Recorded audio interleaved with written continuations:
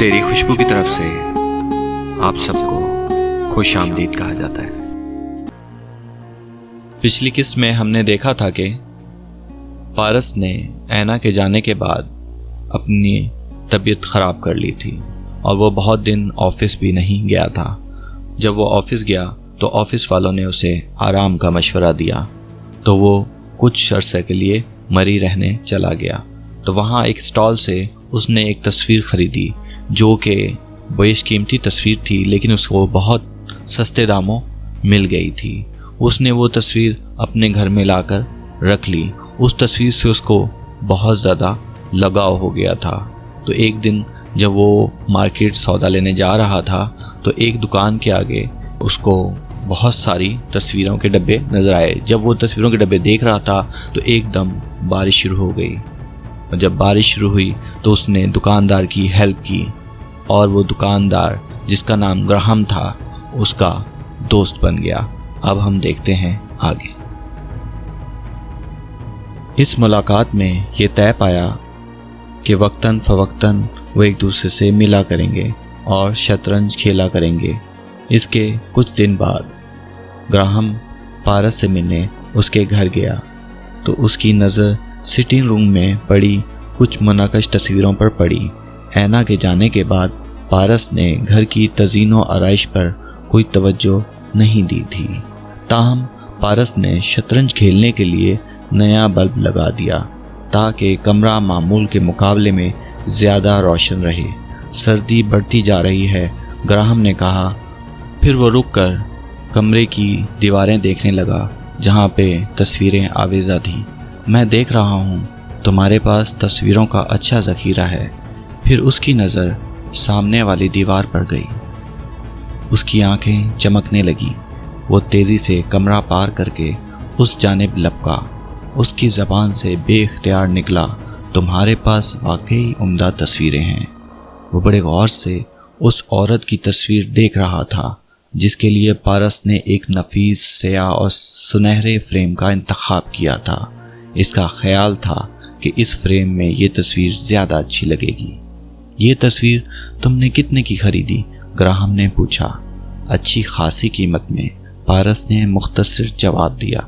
मुझे यकीन है, इसने पारस की तरफ रुख करते हुए कहा। यह वाकई बहुत कीमती है। इसे बीजी ने बनाया है। बीजी लाहौर का रहने वाला है और मैं यकीन से कह सकता हूँ ये असली तस्वीर है। बीजी कंधाकारी के लिए मशहूर था और वो इतनी खूबसूरती से जुज़ियात को समोता था कि तस्वीर हकीकी मालूम होने लगती थी।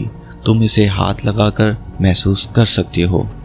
इसे छूना मत, पारस ने बेख्तियार बोल दिया। ग्राहम ने मुस्कुराते हुए कहा, ठीक है, तुमने इसे शीशे के फ्रेम में रखा हुआ है। तुम इस औरत को गौर से देखो। लगता है कि इसे किसी मर्द का इंतज़ार है। कम से कम इसके पाँव यही बता रहे हैं, लेकिन मैं शर्तिया कह सकता हूँ कि तुम्हें ये बात मालूम नहीं होगी। पारस ने दिल में सोचा कि इसे शुरू से ही ये मालूम था। जब इसने पहली बार ये तस्वीर देखी, इसे ये तस्वीर बहुत खूबसूरत लगी थी। इसके लिए इतना ही काफ़ी था। ये मोटा इसके बारे में क्यों इतनी फजूल बातें कर रहा है? इसे अब गुस्सा आने लगा था। इतना तो इसे गुस्सा उस वक्त भी नहीं आया था जब साइमन अपनी स्पोर्ट्स कार में ऐना का इंतज़ार कर रहा था। पारस का गुस्सा इस वक्त अरूज पर पहुंच गया जब ग्राहम ने हाथ बढ़ाकर तस्वीर दीवार से उतारी और अपने अंगूठों में पकड़कर उसे देखने लगा। पारस के लिए अब अपना गुस्सा काबू करना मुश्किल हो गया था। वो बुरी तरह कांप रहा था, लेकिन ग्राहम ने कोई नोटिस नहीं किया। बहरहाल उसने तस्वीर दोबारा दीवार पर आवेज़ा कर दी और पारस के कहे बगैर शतरंज खेलने के लिए कुर्सी पर बैठ गया। पारस ने बमुश्किल तमाम अपने आप को काबू में करते हुए कहा, माफ़ करना, मेरी तबीयत कुछ ठीक नहीं। अगर तुम बुरा ना मनाओ तो आज का प्रोग्राम मुलतवी कर दें। नहीं, मुझे बिल्कुल बुरा नहीं लगा, ग्राहम ने हैरत से कहा। वाकई तुम ठीक नहीं लग रहे। कोई बात नहीं, फिर कभी सही। वो हाल में आया और स्टैंड से अपनी बरसाती उतारते हुए बोला, वैसे अगर तुम कभी इस तस्वीर का बेचने का इरादा करो तो पहले मुझे बताना, मैं तुम्हें इसकी अच्छी कीमत दूंगा। ग्राहम अपनी स्टडी में बैठा हुआ अपने कंप्यूटर पर पुरानी अशिया की फहरिस्त देख रहा था। फिर एक सफ़े पे पहुंचकर वो रुक गया। उसने अपने आप से कहा, इस वक्त उस तस्वीर की कीमत 1000 थी, तो अब क्या होगी। उसने एक बटन दबाया और कीमतें स्क्रीन पर आने लगी। ओह मेरे खुदाया, इसने अपने आप से सरगोशी में कहा, मैं तो सोच भी नहीं सकता इसकी इतनी ज़्यादा कीमत होगी। शायद बीजी को भी इसकी कदर कीमत का अंदाज़ा नहीं होगा। खैर कोई बात नहीं। इसने हल्का सा कहकहा लगाया और अपने मंसूबे के बारे में सोचता हुआ बेडरूम की जानिब चल दिया। दरवाजे पर होने वाली दस्तक ने पारस को चौंकने पर मजबूर कर दिया। उसका दिल तेजी से धड़कने लगा। वो समझा कि शायद ऐना वापस आ गई है।